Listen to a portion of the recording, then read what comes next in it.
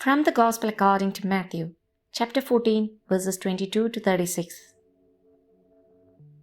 Jesus made the disciples get into a boat and precede him to the other side of the sea, while he dismissed the crowds.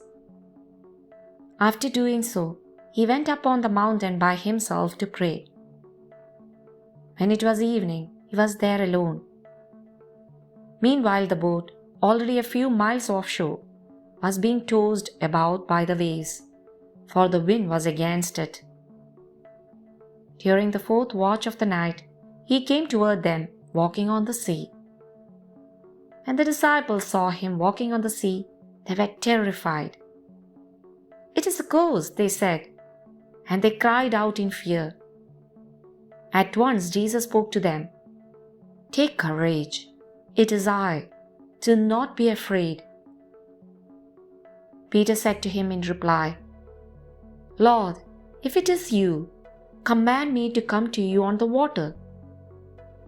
He said, "Come."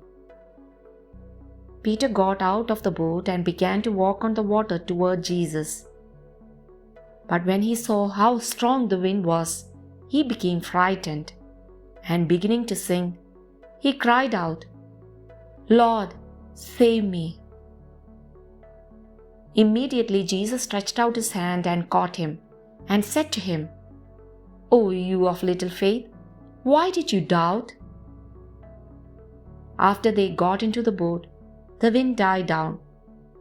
Those who were in the boat did him homage, saying, "Truly you are the Son of God." After making the crossing, they came to land at Gennesaret. When the men of that place recognized him, they sent word to all the surrounding country. People brought to him all those who were sick and begged him that they might touch only the tassel on his cloak, and as many as touched it were healed. Saint Augustine, imagining that he was addressing the apostle, commented, "The Lord leaned down and took you by the hand.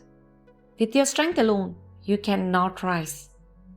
Hold tight to the hand of the one who reaches down to you." And he did not say this to Peter alone, but also to us. Peter walks on the water, not by his own effort, but rather through divine grace in which he believes. And when he was smitten by doubt, when he no longer fixed his gaze on Jesus, but was frightened by the gale, when he failed to put full trust in the teacher's words, it means that he was interiorly distancing himself from the teacher, and so risked sinking in the sea of life.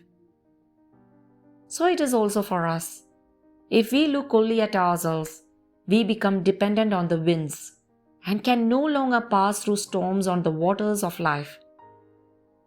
The great thinker Romano Guardini wrote that the Lord is always close, being at the root of our being. Yet we must experience our relationship with God between the poles of distance and closeness. By closeness we are strengthened. By distance we are put to the test.